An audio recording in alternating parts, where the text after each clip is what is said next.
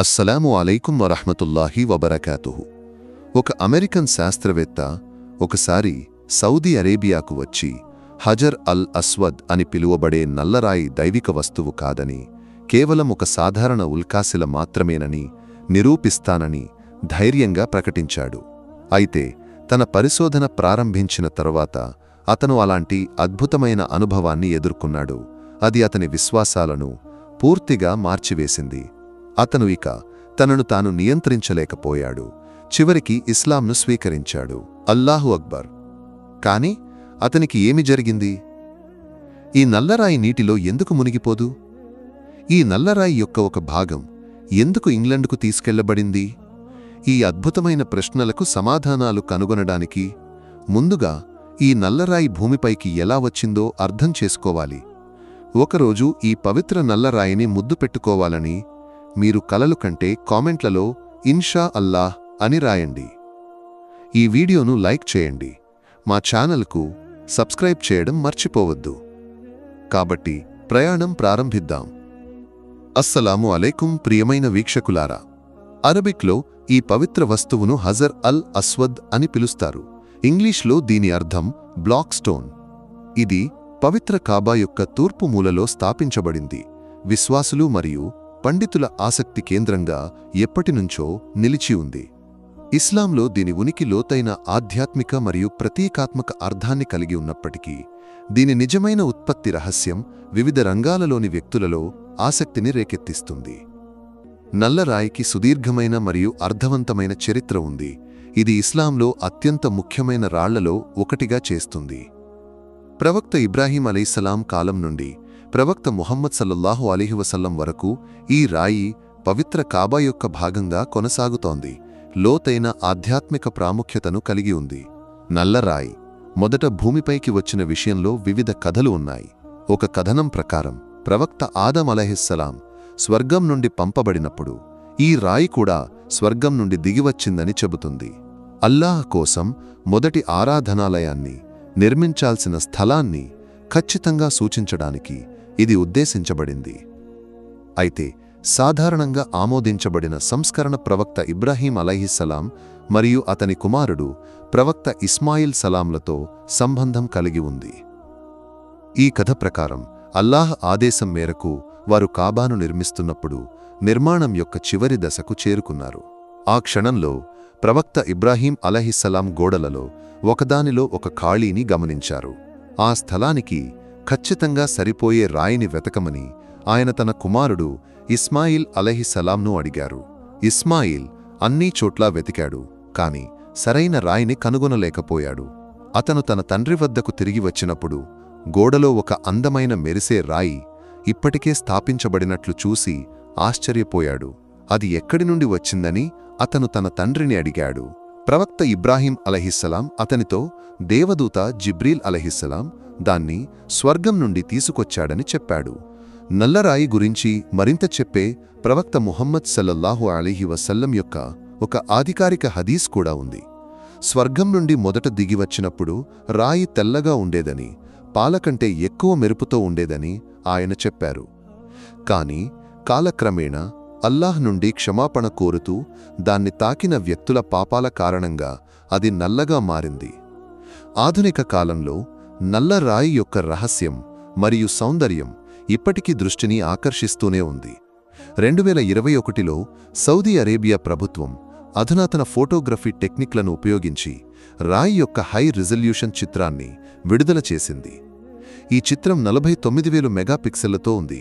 దీన్ని తయారు చేయడానికి 50 గంటలకు పైగా సమయం పట్టింది. ఈ చిత్రం నుండి నల్లరాయి పూర్తిగా నల్లగా లేదని స్పష్టంగా కనిపిస్తుంది. ఇందులో ఇప్పటికీ లైటర్ షేడ్స్ మరియు వివరాలు ఉన్నాయి. ఇవి చాలామంది ఎప్పుడూ చూడలేదు. కాబాలో స్థాపించబడిన ప్రధాన నల్లరాయితో పాటు ప్రపంచంలోని వివిధ ప్రాంతాలలో కొన్ని చిన్న శకలాలు ఉన్నాయని నమ్ముతారు. అలాంటి ఒక శకలం టర్కీలోని ఇస్తాంబుల్లో సుల్తాన్ అహ్మద్ మసీదులో ఉంచబడింది. మరొకటి ఇంగ్లండ్లోని ఒక మ్యూజియంలో ఉంచబడినట్లు నమ్ముతారు. కాని ఈ పవిత్ర రాయి యొక్క ఒక శకలం ఇంగ్లండ్కు ఎలా చేరింది? దాని మతపరమైన మరియు చారిత్రక ప్రాముఖ్యత కారణంగా బ్లాక్ స్టోన్ ఎల్లప్పుడూ సాధారణ దృష్టిని ఆకర్షించింది.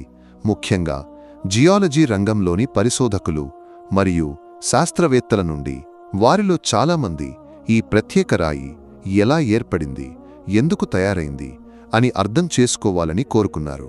అందువల్ల శాస్త్రీయ అధ్యయనం కోసం నల్లరాయి యొక్క ఒక శకలం చివరికి ఇంగ్లాండుకు చేరింది. అక్కడ దాన్ని మరింత దగ్గరగా పరిశీలించవచ్చు.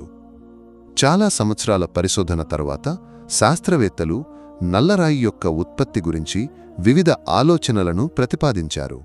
ఒక ప్రసిద్ధ సిద్ధాంతమేమిటంటే రాయి ఒక ఉల్క నుండి వచ్చిందని.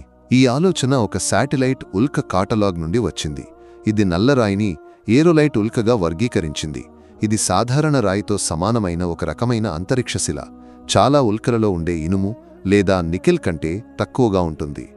పాల్ పార్చ్ ఒక జియాలజిస్ట్ మరియు ఖనిజాల నిపుణుడు 1857లో నల్లరాయి గురించి వివరణాత్మక నివేదికను ప్రచురించిన మొదటి వ్యక్తి.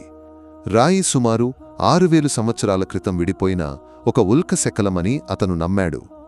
అయితే చాలా చర్చల తర్వాత శాస్త్రవేత్తలు ఈ ఆలోచనను తిరస్కరించారు. వివరణాత్మక అధ్యయనాలు నల్లరాయి నీటిలో తేలుతుందని చూపించాయి. ఇది అసాధారణం. సాధారణంగా ఉల్కలు చాలా దట్టమైనవి, నీటిలో మునిగిపోతాయి. అంతేకాక నల్లరాయికి సమానమైన లక్షణాలు కలిగిన ఒక ఉల్క శిలను శాస్త్రవేత్తలు ఎప్పుడూ కనుగొనలేదు. ఈ కారణాల వల్ల శాస్త్రవేత్తలు నల్లరాయిని ఉల్కగా ఖచ్చితంగా పిలవలేమని నిర్ధారించారు. నల్లరాయిని బాగా అర్థం చేసుకోవడానికి ప్రయత్నిస్తున్నప్పుడు మరొక ఆలోచన ఉద్భవించింది. కొంతమంది శాస్త్రవేత్తలు ఇది ఒక ప్యూమిస్ రాయి కావచ్చని భావించారు. ప్యూమిస్ అగ్నిపర్వత విస్ఫోటనాల నుండి ఏర్పడే ఒక రకమైన శిల. అగ్నిపర్వతాలు విస్ఫోరణం చెందినప్పుడు సిలికాన్ సమృద్ధిగా ఉండే మాగ్మాను విడుదల చేస్తాయి. ప్యూమిస్ రాళ్లు తేలికైనవి మరియు తక్కువ సాంద్రత కలిగి ఉంటాయి, కాబట్టి అవి నీటిలో తేలుతాయి. ఈ ఆలోచన బాగా సరిపోయినట్లు అనిపించింది, ఎందుకంటే నల్లరాయి తేలడం తెలిసిందే. కాని ఈ సిద్ధాంతం బలహీనంగా ఉంది, ఎందుకంటే అరేబియన్ ద్వీపకల్పం యొక్క జియాలజీ అధ్యయనాలు అక్కడి అగ్నిపర్వతాలు ప్యూమిస్ రాళ్లను ఉత్పత్తి చేయవని చూపించాయి. అందువల్ల బ్లాక్ స్టోన్ను ఈ ప్రాంతంలోని అగ్నిపర్వత శిలలతో సంబంధం కలిగి ఉండటం అసాధ్యం. కొంతమంది శాస్త్రవేత్తలు బ్లాక్ స్టోన్ ప్రపంచంలోని అత్యంత పురాతన శిలలలో ఒకటి కావచ్చని పేర్కొన్నారు. సాధారణంగా శాస్త్రవేత్తలు కార్బన్ డేటింగ్ వంటి పద్ధతులను ఉపయోగించి శిలల వయస్సును కనుగొనవచ్చు. కానీ బ్లాక్ స్టోన్ విషయంలో దాని ఖచ్చితమైన వయస్సును నిర్ణయించడానికి ఎటువంటి మార్గం వారు కనుగొనలేకపోయారు. మరొక ఆసక్తికరమైన వాస్తవం ఏమిటంటే బ్లాక్ స్టోన్కు సమానమైన ఒక శిలను భూమిపై ఎక్కడా కనుగొనలేదు. అందువల్ల కొంతమంది నల్లరాయి భూమి నుండి రాకపోవచ్చని నిర్ధారించారు. అంతేకాక దాని సాంద్రత విశ్వంలో తెలిసిన అన్ని శిలల నుండి భిన్నంగా ఉంది, కాబట్టి ఇది ఒక పెద్ద శిల యొక్క భాగం కాదు. ఇప్పటికీ సమాధానాలను వెతుకుతున్నప్పుడు మరొక సిద్ధాంతం ప్రతిపాదించబడింది. నల్లరాయి ఒక రకమైన ఇంపాక్టేట్ కావచ్చని. ఇంపాక్టేట్లు ఉల్కలు చాలా ఎక్కువ వేగంతో మరియు శక్తితో భూమిని తాకినప్పుడు ఏర్పడే శిలలు. ఈ ఆలోచనను ప్రధానంగా సమర్థించినది కోపెన్ హాగన్ విశ్వవిద్యాలయంలోని స్వీడిష్ జియాలజిస్ట్ ఎలిజబెత్ థాంప్సన్.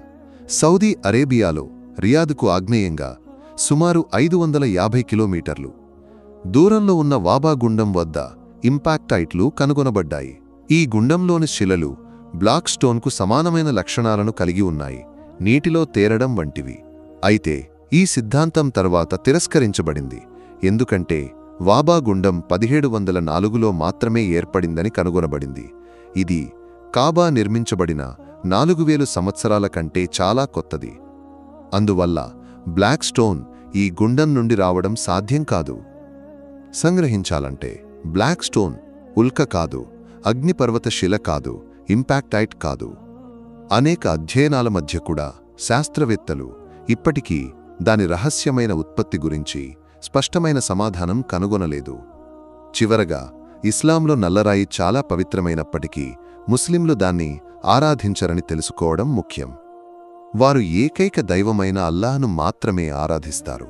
ప్రవక్త ముహమ్మద్ సల్లల్లాహు అలైహి వసల్లం యొక్క సన్నిహిత సహచరులలో ఒకరైన ఉమర్ నల్లరాయిని ముద్దు పెట్టుకుని, నీవు కేవలం ఒక రాయి మాత్రమే, నీవు హాని చేయవు లేదా లాభం చేయవు. అల్లా యొక్క దూత సల్లల్లాహు అలైహి వసల్లం నిన్ను ముద్దు పెట్టుకోవడం నేను చూడకపోతే నేను కూడా నిన్ను ముద్దు పెట్టుకోను అని చెప్పాడు. ఈ రోజుకు అంతే. ఈ విషయంపై మీ ఆలోచనలను కామెంట్ సెక్షన్లో పంచుకోండి. మీ సమయానికి ధన్యవాదాలు. అస్సలాము అలైకుం.